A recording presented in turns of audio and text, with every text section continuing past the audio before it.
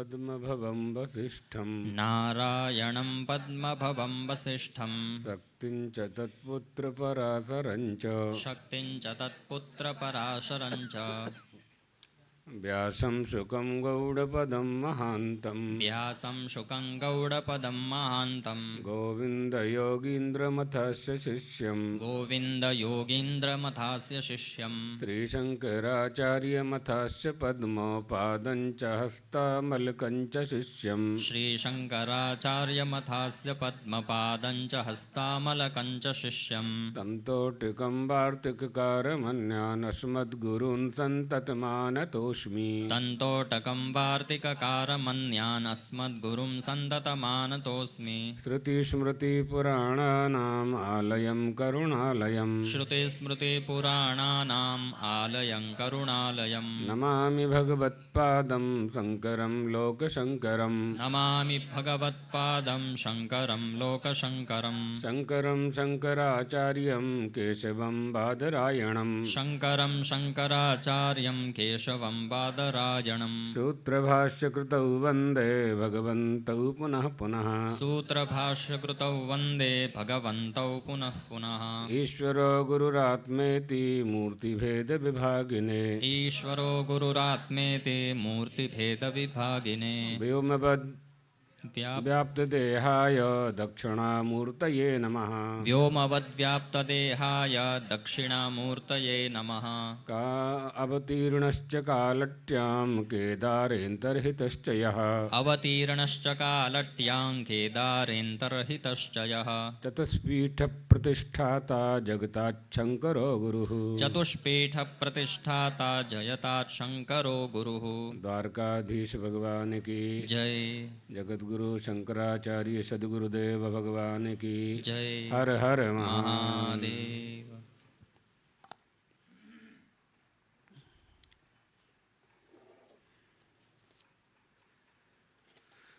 कौन सा श्लोक है? 25 ना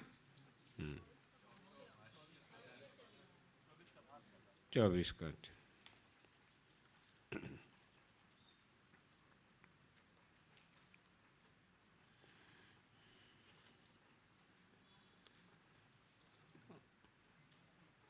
ब्रह्मार्पणं ब्रह्महविर्ब्रह्माग्नौ ब्रह्मणाहुतं ब्रह्मैव तेन गन्तव्यं ब्रह्मकर्म समाधिना। यज्ञ का प्रसंग है। कई प्रकार के यज्ञों के द्वारा परमात्मा को प्रसन्न करना है, इष्ट देवता को प्रसन्न करना है। अपनी इच्छाओं को पूरी करने के लिए जो संकल्प हमने किया है, उस संकल्प को पूरा करने के लिए कैसे कैसे यज्ञ के माध्यम से हम उस परमात्मा की कृपा या परमात्मा की प्राप्ति या उसकी आराधना कर सकते हैं।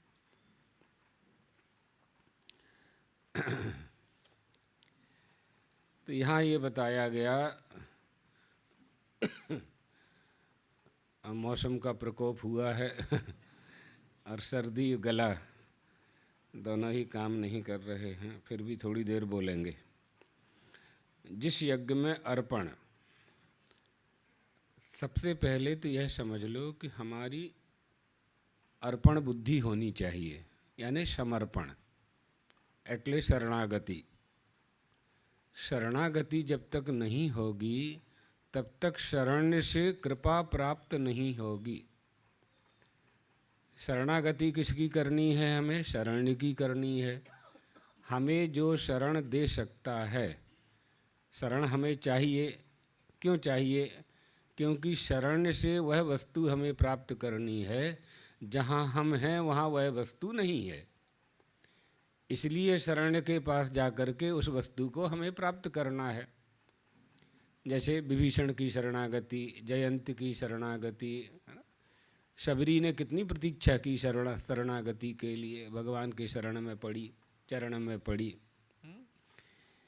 ये सब शरण परमात्मा के चरणों की शरण ग्रहण की तो उन्होंने वह पाया।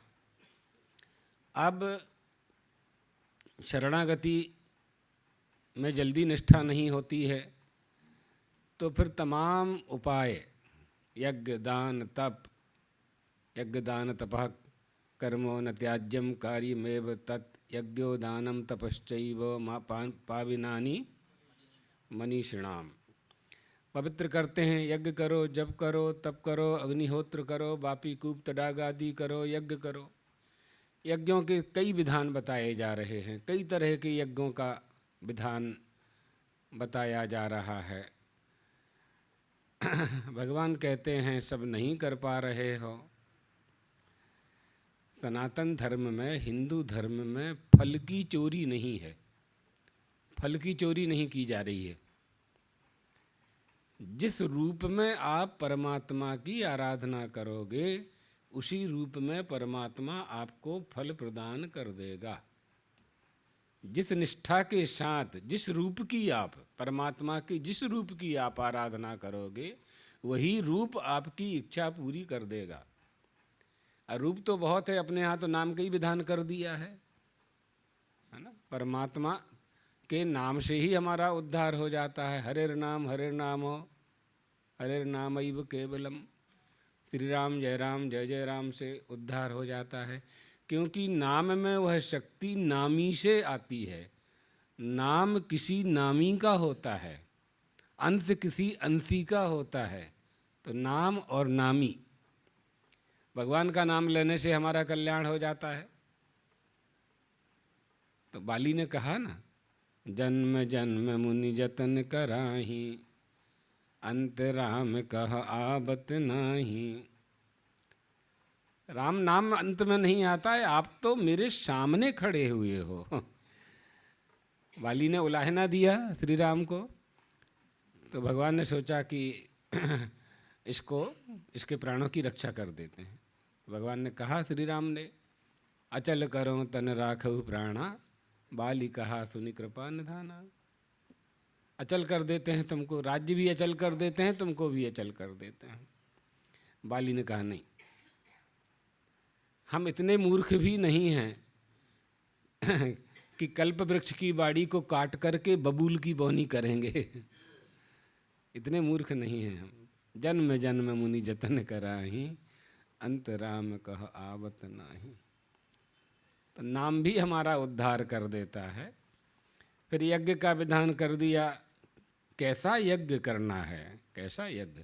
तो आप सुन चुके हैं सब, आत्मात्म गिरजामति इत्यादि मानस पूजा, मानस यज्ञ।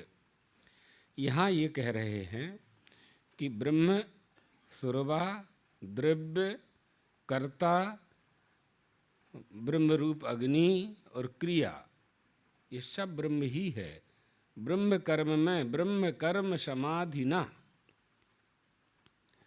प्राप्त किए जाने वाला योग्य फल भी ब्रह्म ही है।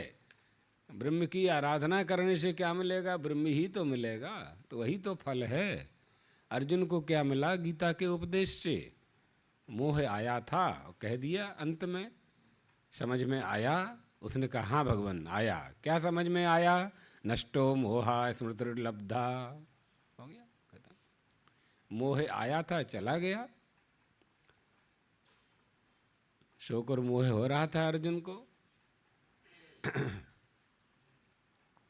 तो ब्रह्मवेत्ता पुरुष जिस साधन के द्वारा अग्नि में हवि अर्पण करते हैं, ब्रह्म अर्पणम येन करणेन ब्रह्मविद हवि अग्नहु अर्पयति तद ब्रह्म एव भवति, ब्रह्मविदाप्नोति परम। ब्रह्म को जानने वाला ब्रह्म ही हो जाता है। न स पुनरावर्तते, न स पुनरावर्तते, फिर उसका आवागमन नहीं होता। तद्देह कर्म चतो लोका क्षीयते एवमेवा मुद्र पुण्य चतो लोका क्षीयतो। कर्मचित जो भी होगा वो नष्ट होने वाला है। कर्मों के द्वारा जो स्वर्ग आदि की प्राप्ति करोगे उसका भी समय निश्चित है, काल निश्चित है। वस्तु कब तक आप स्वर्ग में रहोगे ये निश्चित है। पुण्य का फल जैसे ही नष्ट होगा, पूरा होगा, आपको मृत्यु लोके विशंति, मृत्यु लोक में पुनः आना ही पड़ेगा। इसलिए करना तो वह ठीक है जहाँ से आना जाना बंद हो जाए, आना जाना ही ना पड़े। ये भ्रम हो जाता है लोगों को। संसार की सत्यता में भ्रम हो जाता है। कैसे? जैसे सुक्तिकायाम रजतवत स्थाणु पुरुषवत रज्जौ सर्प बच्च निष्प्रपंचात्म वस्तुनि प्रपंचारोपः। ये अध्यारोप हो गया। सीप को चांदी मान ली, स्थाणु को ठूंठ को पुरुष मान लिया, रस्सी को सांप मान लिया। ये भ्रांति हो गई, इसको दूर करो। कैसे दूर करें? अध्यारोप अपवादाभ्याम निष्प्रपंचम प्रपंचते। अध्यारोप और अपवाद के द्वारा सत्यनारायण भगवान की कथा कराते हैं ना, तो सुपाड़ी के गणेश जी बनाते हैं और गौरी बनाते हैं गोबर की। दोनों को पड़िया में रखते हैं और दोनों में गणेश जी का मंत्र करके आवाहन करते हैं और गौरी का आवाहन करते हैं। 1-2 घंटा सत्यनारायण भगवान की कथा होती है। कथा में कोई विघ्न ना आए, गौरी गणेश का विधान करके पूजा करके विघ्नकर्ता की स्थापना करते हैं पंडित जी। तो अध्यारोप हो गया। सुपाड़ी गणेश नहीं है, लेकिन सुपाड़ी में गणेश जी का आवाहन मौली लगा करके ये लोग कराते हैं। ब्राह्मण लोग गौरी का आवाहन कर लेते हैं। जब कथा पूरी हो गई तो उस सुपाड़ी को और गौरी को और पड़िका को और साबरमती में विसर्जन कर देते हैं। नदी में, तालाब में, कुआं में विसर्जन कर देते हैं। तो अपवाद हो गया। सरल भाषा में, संस्कृत में समझाएंगे तो बहुत विस्तार है इसका।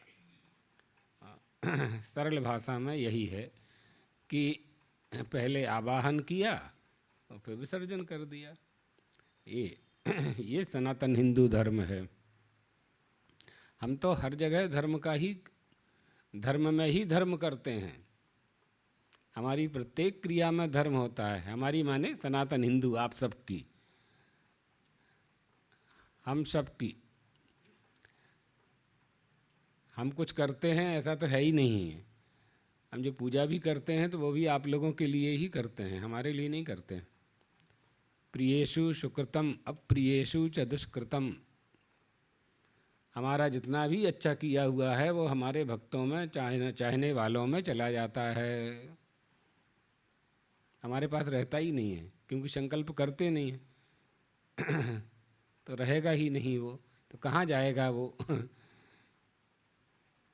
तो जो सनातन धर्मी हैं, हिंदू धर्मावलंबी लोग हैं, जो सनातन धर्म में श्रद्धा रखते हैं, उसमें संतों का पुण्य चला जाता है। क्योंकि संत का लक्षण ही यह है कि वो अपने लिए कुछ नहीं करता। भोजन भी वो इसलिए करता है कि प्राणों की रक्षा हो, अपने लिए नहीं करता है।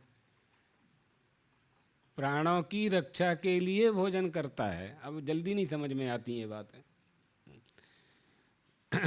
अभ्यास इसी तरह से करते रहेंगे तो आ जाएगी समझ में। और जब समझ में आ जाए तो जब समझो तब समझ है सब घट में एक, उसी समय है। चाहे समझो पलक में, चाहे जन्म अनेक, जब समझो तब समझ है सब घट में। सारे घड़ों में एक ही आकाश भरा हुआ है। घड़े अलग अलग हैं, आकाश एक है। इसी तरह से जितने भी जीव हैं भारत में, 100-150 करोड़, पूरे विश्व में 8 अरब, सब में चेतन एक ही है। देह रूपी घट भिन्न भिन्न हैं। घटों की भिन्नता को ही हमने भिन्न भिन्न मान लिया है। यही व्यवहार पक्ष है। इस व्यवहार पक्ष से ऊपर उठने के लिए ही वेदांत है।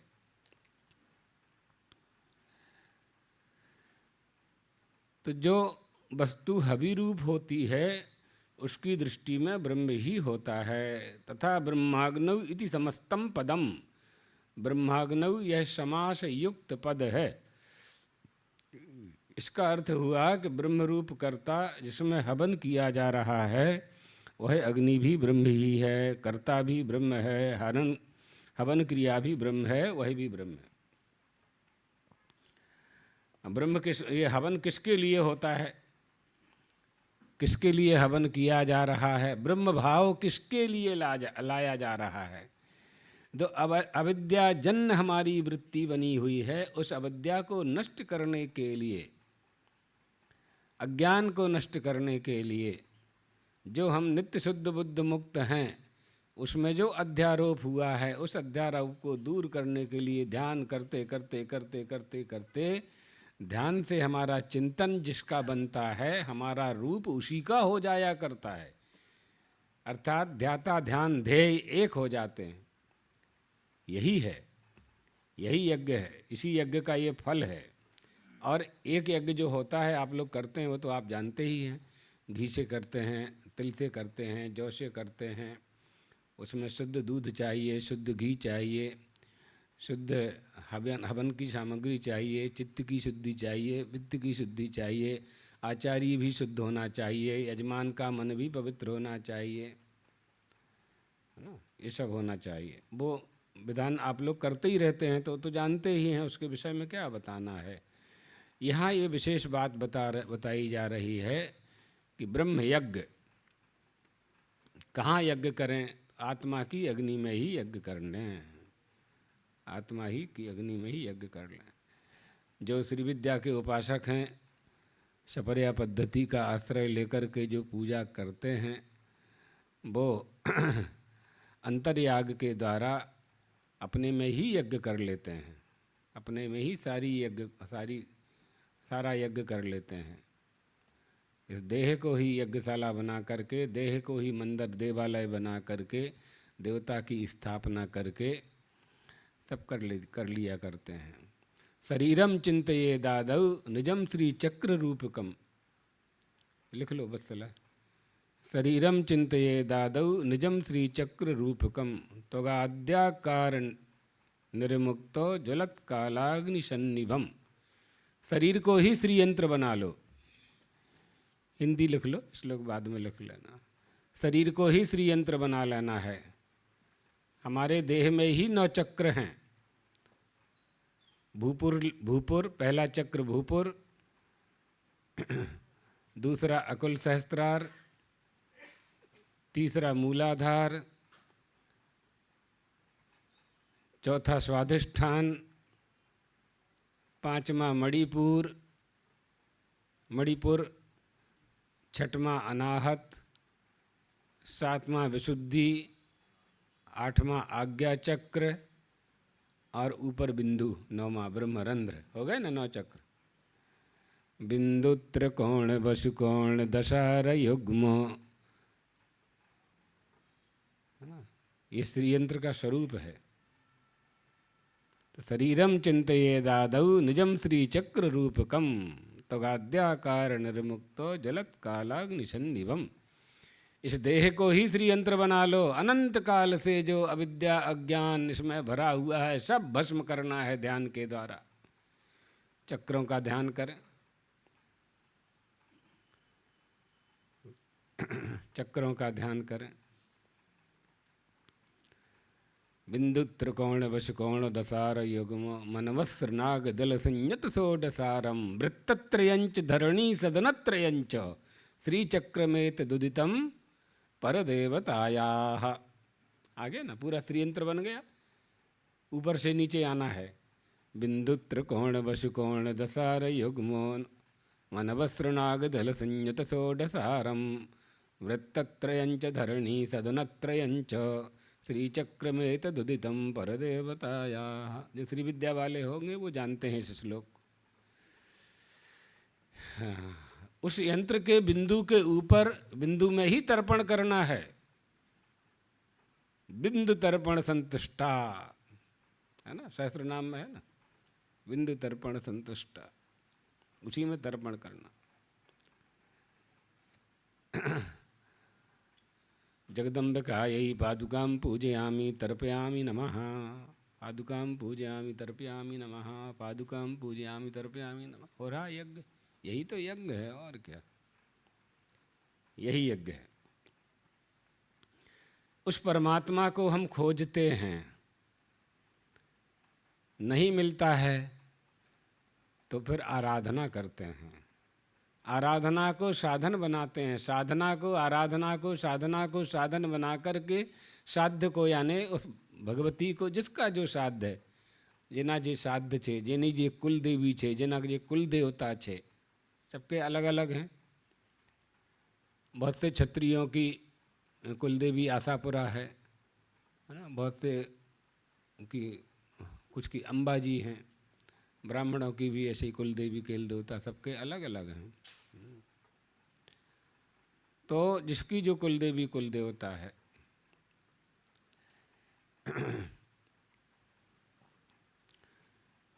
और जिसको नहीं मालूम हमारी कुल देवी कुल देवता कौन है, ये भी सुन लो, वो पंचदेवोपासना करो।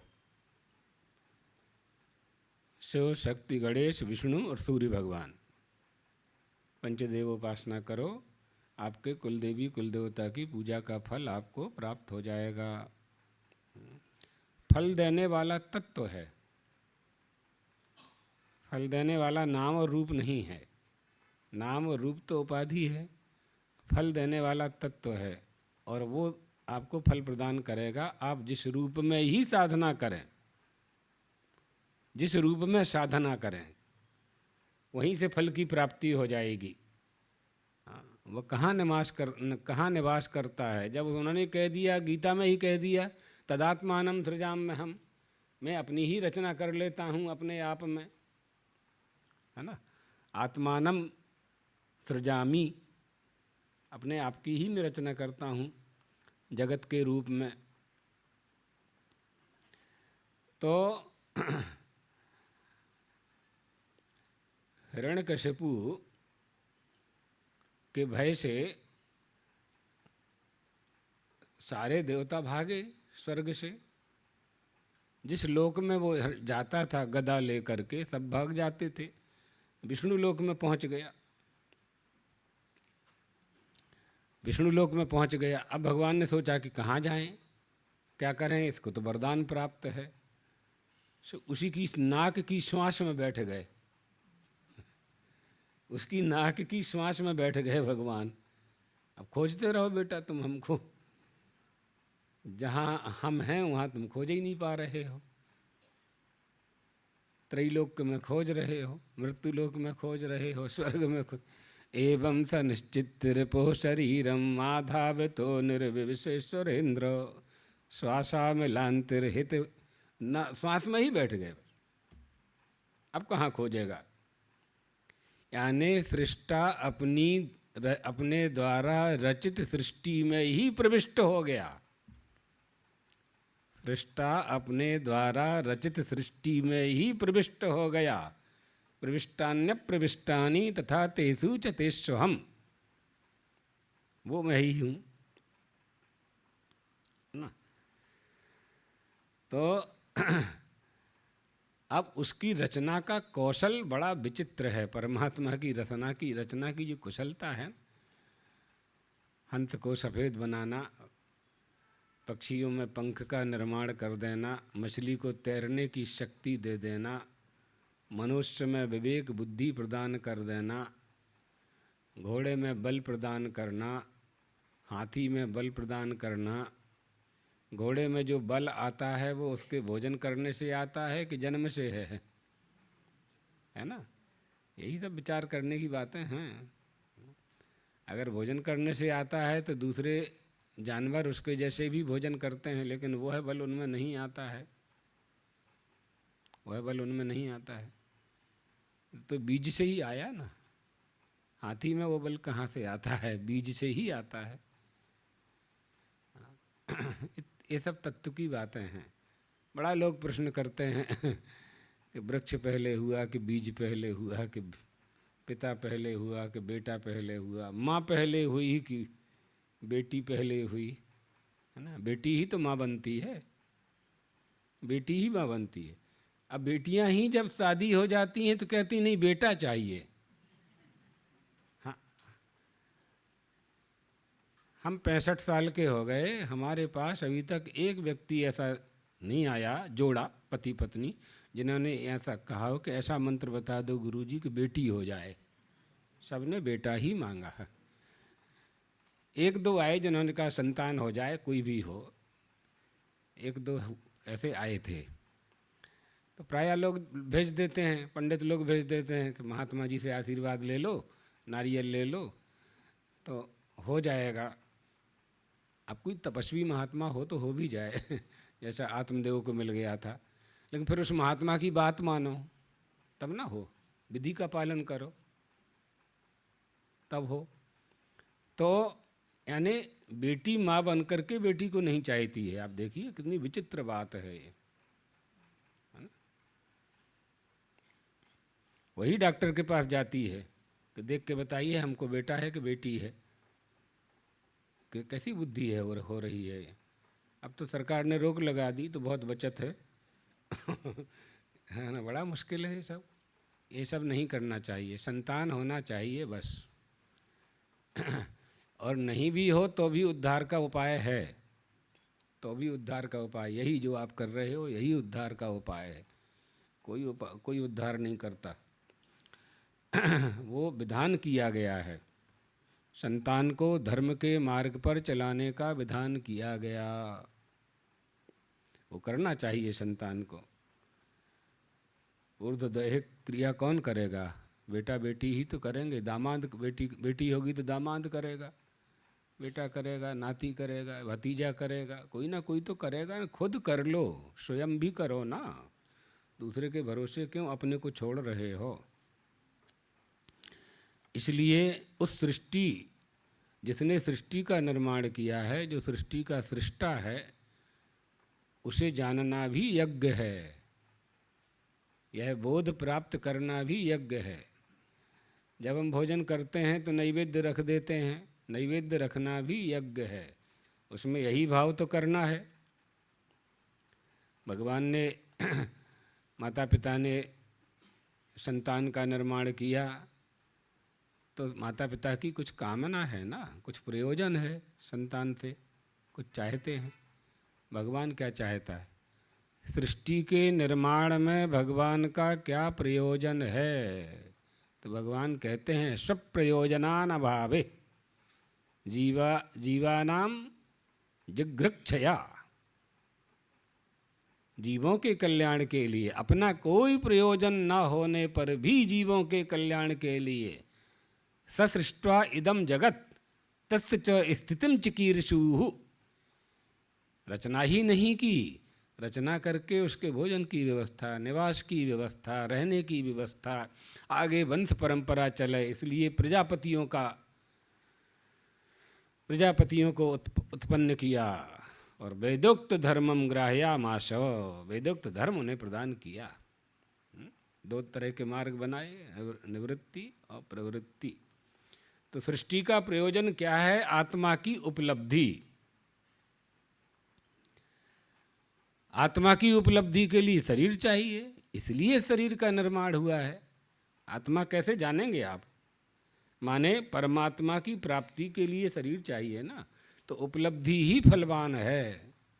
ये बता चुके हैं हम आपको कि प्रत्येक वस्तु फलवान हो जाती है, फलवान होती है। तो भगवान का जो अवतार होता है, जीव मनुष्य का जो जन्म होता है वो भगवान को जानने के लिए होता है, और भगवान का जो अवतार होता है वो तत्व साक्षात्कार करने के लिए होता है। दुर्गमात्म तत्व निगमाय तवा तनव। प्रभु आपका अवतार ना होता तो निगम यानी बोध ही नहीं होता, हमें बोध ही नहीं होता। इसलिए जगत को जानने के लिए, जगत से वैराग्य प्राप्त करने के लिए जगत, ब्रह्म की पुष्टि के लिए जगत, ब्रह्म की पुष्टि के लिए सृष्टि जो है वो ब्रह्म की अद्वितीयता है। ऐसी विचित्र सृष्टि है परमात्मा की कि उस अद्वितीय ब्रह्म की अद्वितीयता को देख करके बड़ा आश्चर्य होता है। और सृष्टि का प्रयोजन एकमात्र है कि उसकी अद्वितीयता सिद्ध करनी है। किसी को आपको जानना है और 10 लोग खड़े हुए हैं तो आपको 9 को परिच्छिन्न करना पड़ेगा ना, तभी 10वें को जानेंगे। या तो 10वें को आप बुलाएंगे नाम रूप का आश्रय लेकर के या नौ को अलग करेंगे तभी न जानेंगे। भगवान श्री राम, लक्ष्मण और सीता जी चले जा रहे थे वनवास। गांव पड़ा तो पुरुष लोगों ने देखा बड़े सुंदर राजकुमार चले आ रहे हैं दोनों। गांव वालों ने दोनों भाइयों को घेर लिया, स्त्रियों ने सीता जी को घेर लिया, स्त्रियों ने सीता जी को घेर लिया। तुम्हारे साथ जो चल रहे हैं ये दो हैं और तुम अकेली हो, तुम्हारा कौन है इसमें? तुम्हारा कौन है? अब स्त्रियां पति का नाम लेती नहीं हैं तो कैसे बताएंगे? तो लक्ष्मण को परिच्छिन्न करना पड़ा, जो बचे वो राम। कोटि मनोज लजावन हारे, कहु सखी को आही तुम्हारे। कौन है तुम्हारे इन दो में से तुम्हारे पति कौन है? सखियों ने पूछा। तो सीता जी बोली, सहज स्वभाव सुभग तन गोरे, नाम लखन लघु देवर। मेरे छोटे देवर हैं। तो बचा कौन? राम बचे तो पति हो गए अपने आप।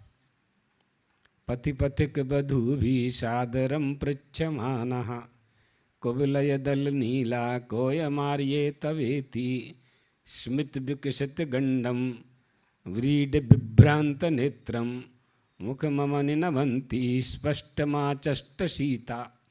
मुखम अबनि, अबनि माने धरती। सीता जी धरती से प्रकट हुई और जब सखियों ने पूछा तो धरती की तरफ देखा उन्होंने, अपने अंगूठी के पैर से धरती को कुरेदा कुरेदा ऐसे ऐसे, और माँ से पूछा कि क्या कहूँ, क्या जवाब दूँ? स्मित विकसित गंडम व्रीड विभ्रांत नेत्रम, आँखों को फाड़ करके देखने लगी इन सखियों को, ग्रामवासियों को, ग्राम की बधूटियों को।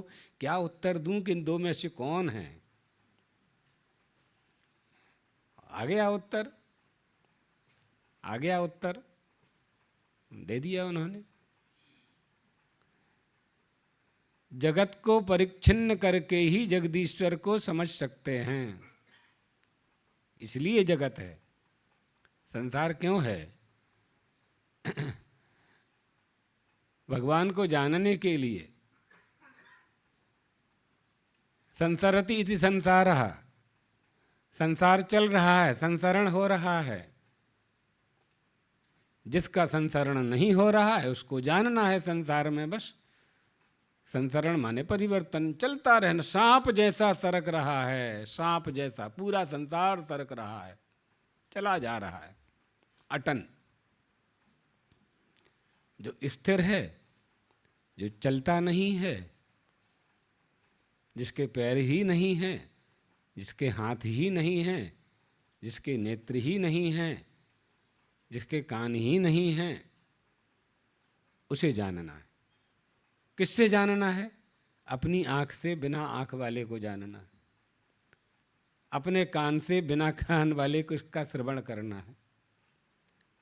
कितना सुंदर रूपक है। बिनु पग चलय सुनय बिनु काना, कर बिनु कर्म करय विधि नाना, आनन रहत सकल रस भोगी, बिन वाणी वक्ता बड़ जोगी, कर बिनु परस नयन बिनु देखा, ग्रह ही घ्राण बिनु बास अशेषा।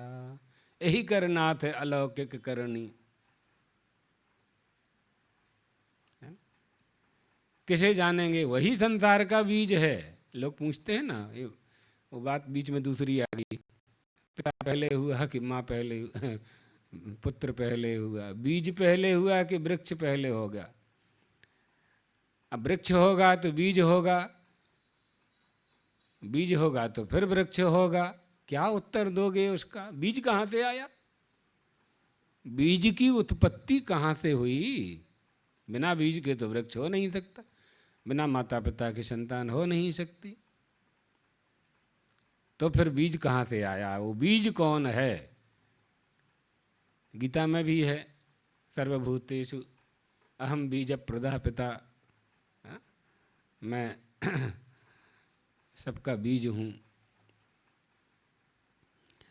और दूसरे स्थानों पर भी प्राप्त हो, भागवत जी में भी है।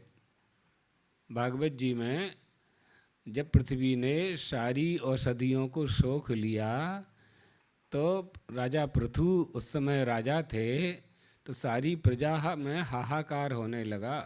सारी प्रजा राजा के दरबार में पहुंच गई, क्या बात है, हम भूखे हैं, क्यों? पृथ्वी ने अनाज देना बंद कर दिया। राजा पृथु बड़े धर्मात्मा थे, भगवान के अवतार थे। सिंहासन से उठ के खड़े हो गए, तलवार निकाल ली। वसुधे त्वाम वधिष्यामि, वसुधा माने धरती, पृथ्वी, वध कर दूंगा। पृथ्वी ने तुरंत गौ माता का रूप धारण किया, सामने आके खड़ी हो गई। क्या बात है, तुमने सारी औषधि अपने गर्भ में समाहित कर ली हैं। बड़ी सुंदर कथा है श्रीमद् भागवत में।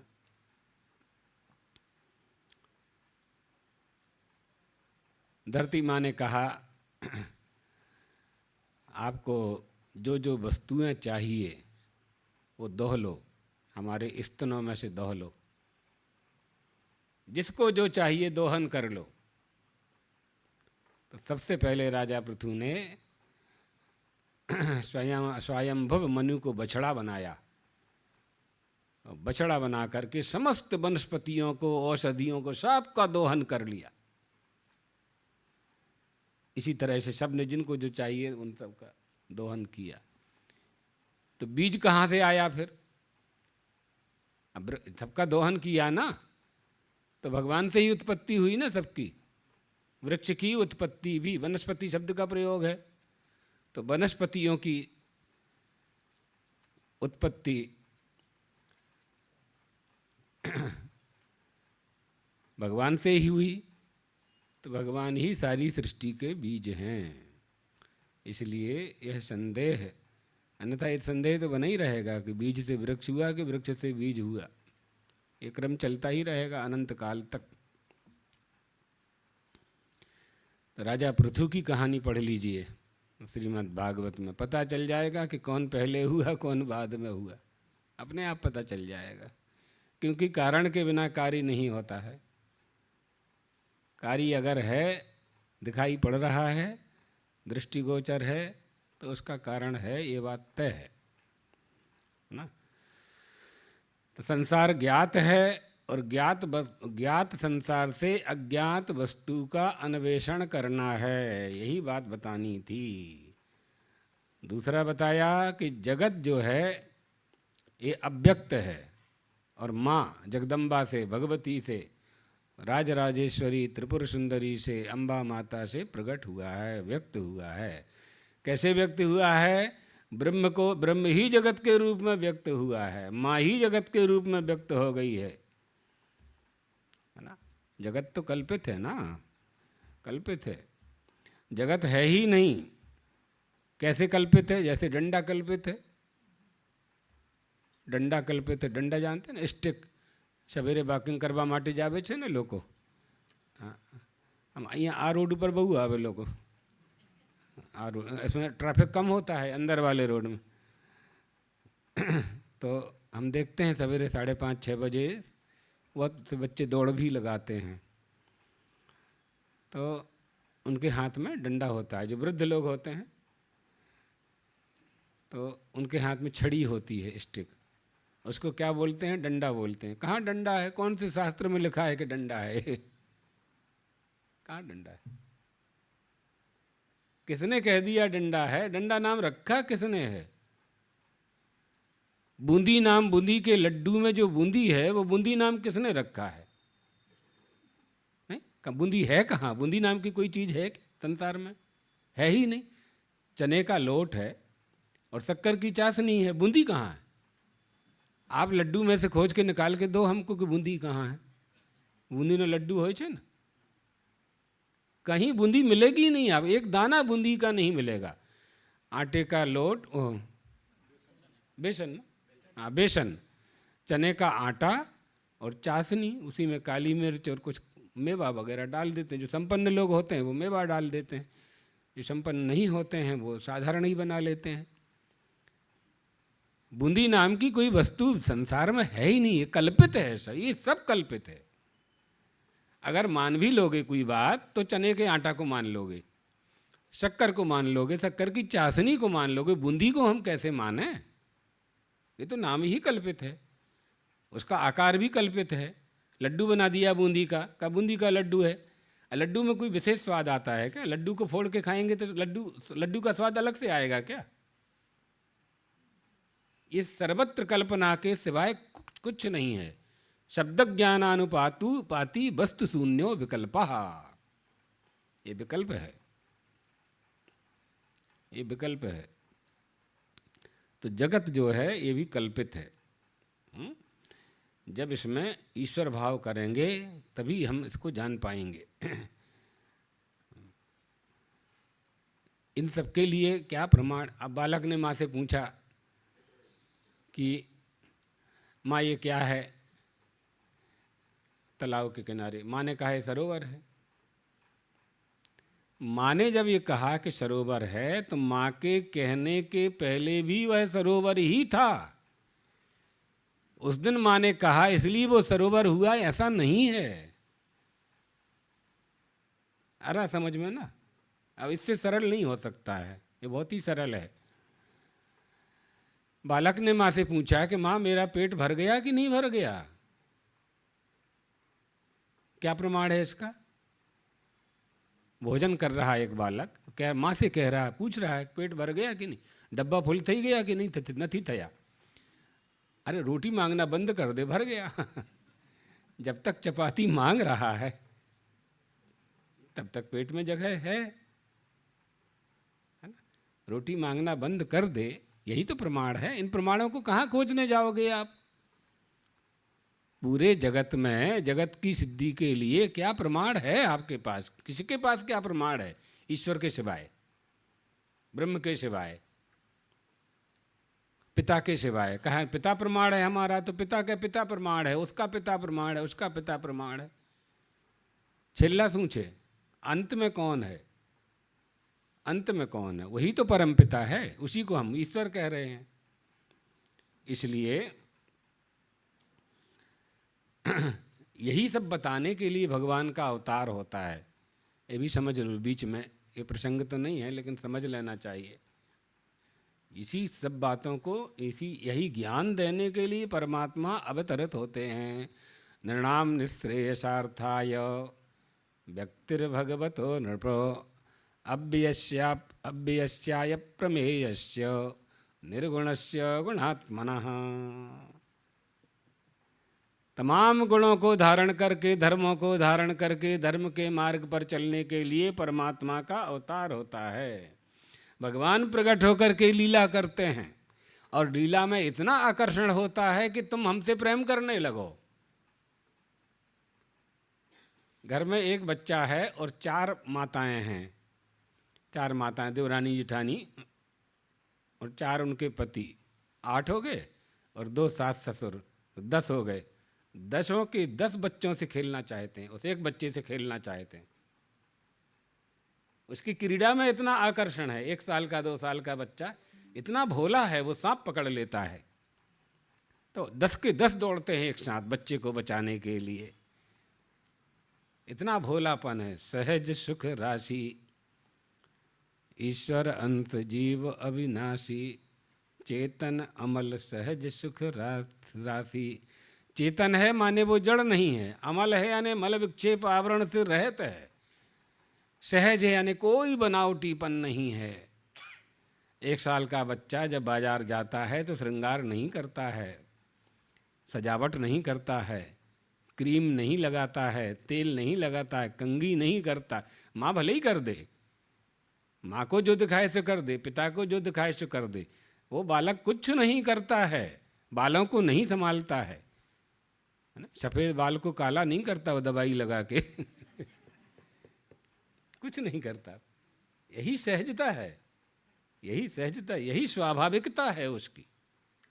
आप उसको बिना कपड़े के ले जाओ, कपड़े पहन करके ले जाओ, वस्त्र धारण करके उसके गले में सोने की चेन डाल दो या तुलसी की माला डाल दो, उसको कुछ मतलब नहीं है।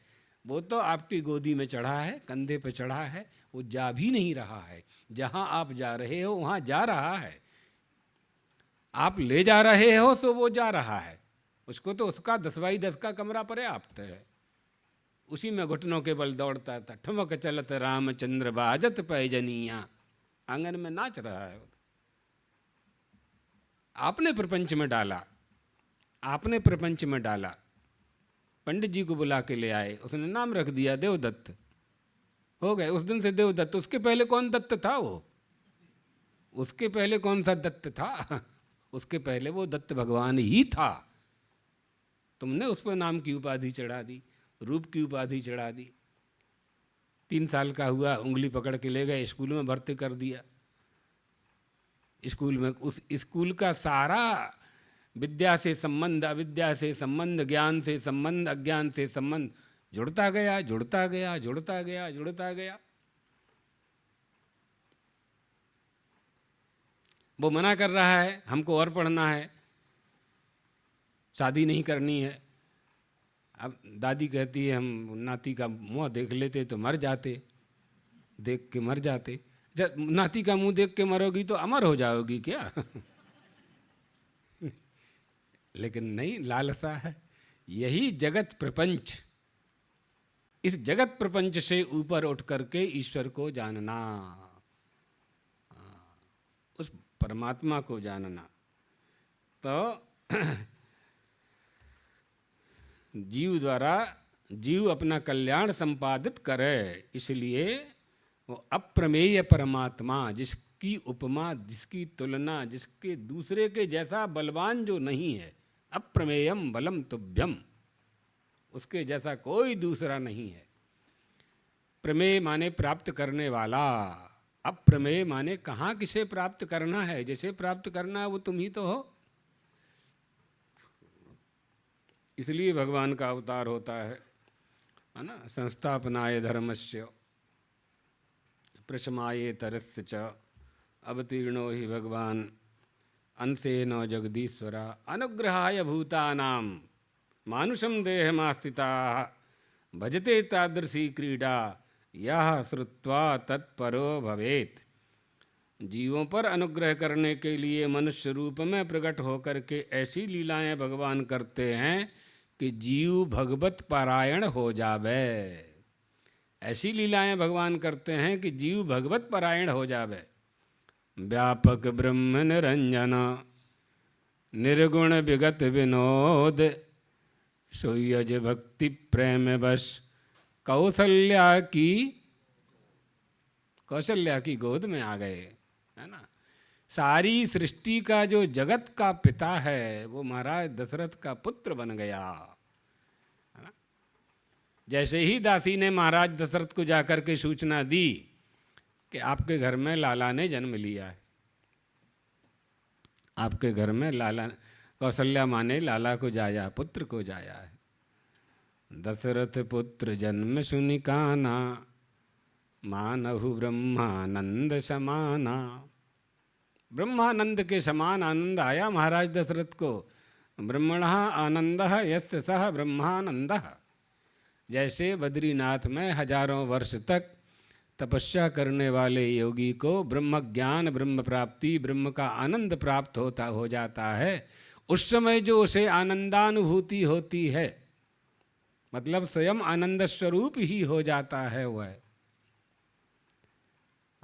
वो आनंद महाराज दशरथ को आया। इसलिए भगवान श्री राम है ना, तो एक तो बस एक तत्व सामान्य होता है और एक विशेष होता है। सामान्य और विशेष। सामान्य क्या है? आप अपने नौकर से कहेंगे कि बाजार जा रहे हो तो फल ले आना। अब रेकड़ी में तो कई तरह के फल रखे हैं, क्या लाएगा वो? तो आपको नाम बताना पड़ेगा कि इस फल को लाना, ये विशेष है। फल सामान्य है और पपीता ही लाना है ना, सफरचंद ही लाना है, ये विशेष है। सामान्य और विशेष। तो दशरथ के पुत्र भगवान श्री राम सामान्य हैं, सामान्य हैं, और वो ब्रह्म हैं। रामम विद्धि पर ब्रह्म सच्चिदानंदम अद्वयम, अद्वय हैं, ये विशेष है। द्वितीयो नास्ति एकमेवा द्वितीय, ये विशेष है, सामान्य और विशेष। राम ब्रह्म परमार्थ रूपा, अभिगत अलख अनादि अनूपा, सकल विकार रहत गत भेदा, कही नीति नेति निरूप ही वेदा। राम ब्रह्म है, परमार्थ स्वरूप हैं। राम ब्रह्म पर ब्रह्म सच्चिदानंदमद्वयम, सर्वोपाधि विनर्मुक्तम, सत्ता मात्रमगोचरम, आनंदम निर्मलम शांतम, निर्विकारम निरंजनम। सर्वोपाधि, सर्व से रहित। अध्यात्म रामायणकार कहते हैं राम ब्रह्म है, ये विशेष है। सामान्य और विशेष। अब विशेष और सामान्य, तो परमात्मा का ज्ञान सामान्य रूप से होता है, और अविद्या सबल होने के कारण उनके प्रति हमारा अज्ञान होता है।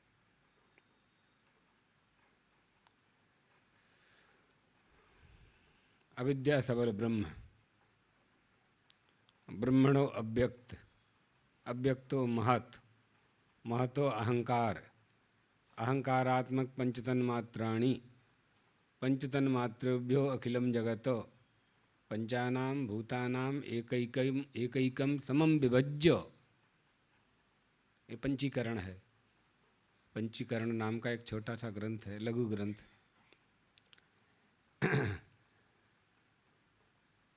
पांच तत्व हैं। पांच तत्व एक दूसरे में कैसे वो रहते हैं, इसकी एक प्रक्रिया है। एक त्रिवृत्तीकरण होता है, त्रिवृत्तकरण, और एक पंचीकरण। वेदांत में दोनों चलते हैं। तो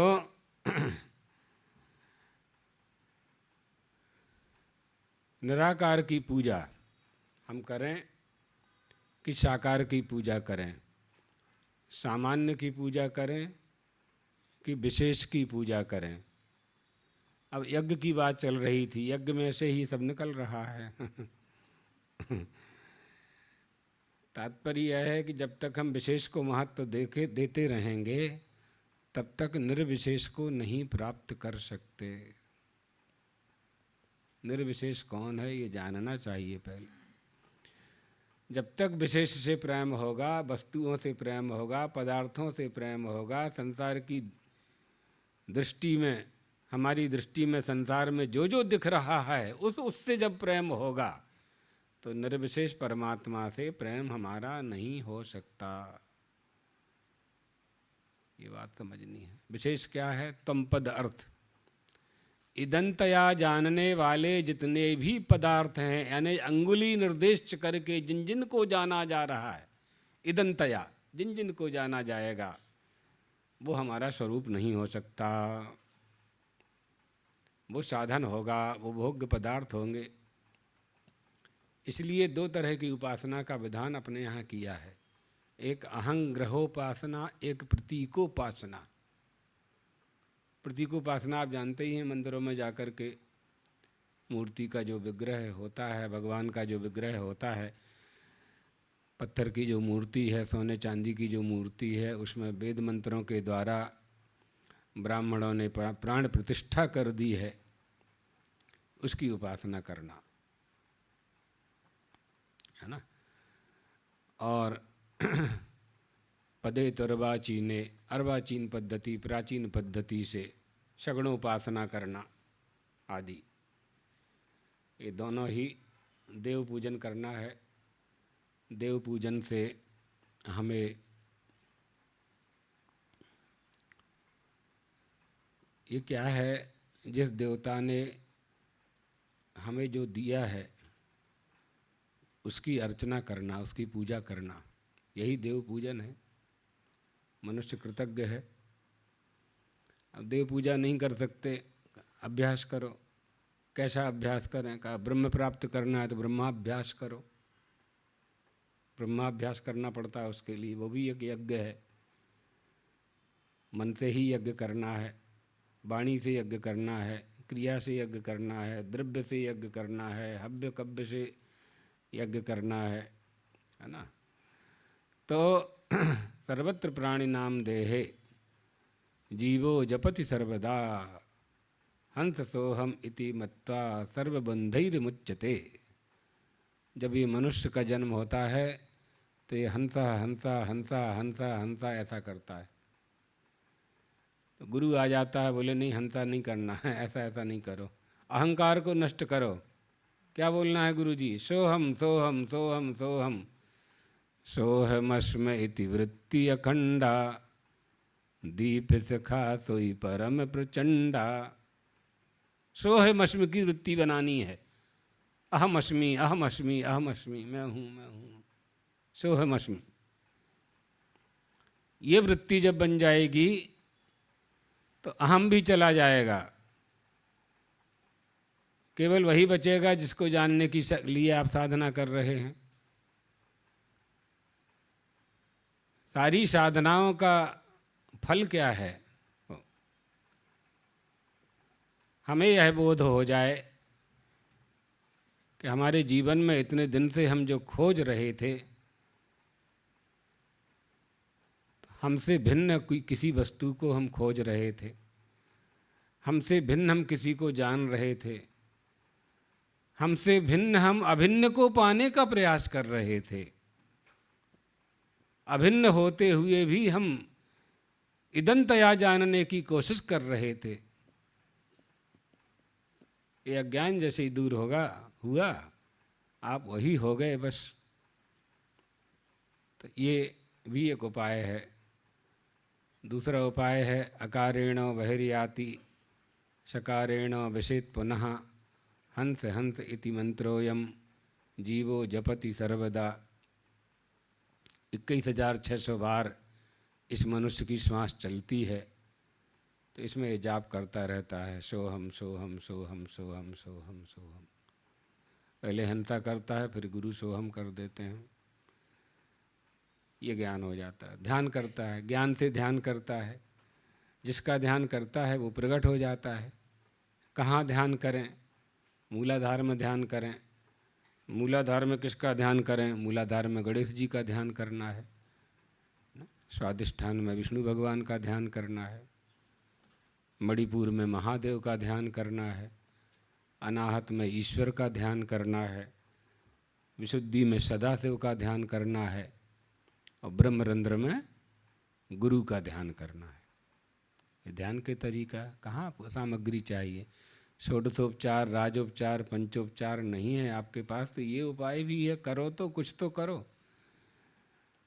एक घर में हम ठहरे तो उस समय हमारा संन्यास नहीं हुआ था, तो हवन करते थे प्रतिदिन। अब कहाँ हवन करें? वहाँ तो फ्लैट था, फ्लैट में हवन की कोई व्यवस्था ही नहीं थी। तो हमारे साथ में एक मिट्टी की बना लेते हैं छोटा सा यज्ञ कुंड जैसा, तो साथ में रख कर के चलते थे। 12 साल तक ऐसा ही चलता रहा। 88 की बात है, जोशीमठ से नीचे उतरे थे। हमने गुरुजी से कहा, गुरुजी ठहरे थे भदौरिया फार्म हाउस में।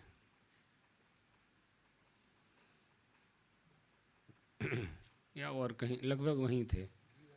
हाँ सही, हाँ कोठी में थे, कोठी में थे, घी वालों के यहाँ ठहरे हुए थे। गुरुजी ने कहा कि अभी तो तुम धर्म संघ चले जाओ, तो वहाँ जा कर के तुम कर लो, फिर तुम्हारा ये 12 साल का पूरा हो जाए, फिर हमको बताना, तो हम उपाय बता देंगे।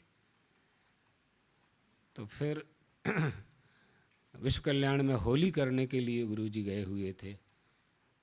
तो उस समय 12 साल हमारे उस अनुष्ठान के पूरे हो गए थे। तो गुरुजी से हमने पूछा, तो गुरुजी ने फिर यही बताया। तब से हमको याद है मूलाधार में गणेश जी का ध्यान करना। तो अब करना चाहें तो मनुष्य सब कर सकता है, नहीं करना चाहना, बड़ी बड़ी वॉशिंग मशीन रख लेंगे और इतना सा यज्ञ कुंड तांबे का नहीं रखेंगे, तांबे का मिलता है। और 5 बार तो घी की आहुति देना है, क्या है ना। पंचयज्ञ, पंचयज्ञ अभी सुन लेना, पंचयज्ञ में कौन कौन से हैं, 5 ब्रह्मचारी जी सुना देंगे। करना चाहिए, जितना हो जाए उतना तो करो।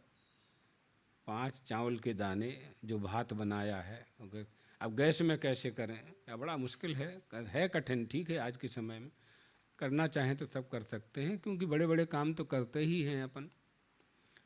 तो पंचसूना गृहस्थस्य चुल्ली पेषणी उपस्करा, ये दोष लगते हैं। इन दोषों को, एक पाप होता है, एक पातक होता है। तो ये पंचयज्ञों से, पाप से तो मुक्त हो ही जाते हैं, करना चाहिए को। तो इस तरह से ये यज्ञों का जो बताया, ब्रह्मार्पणम क्या था, ब्रह्म हविर ब्रह्माग्नौ,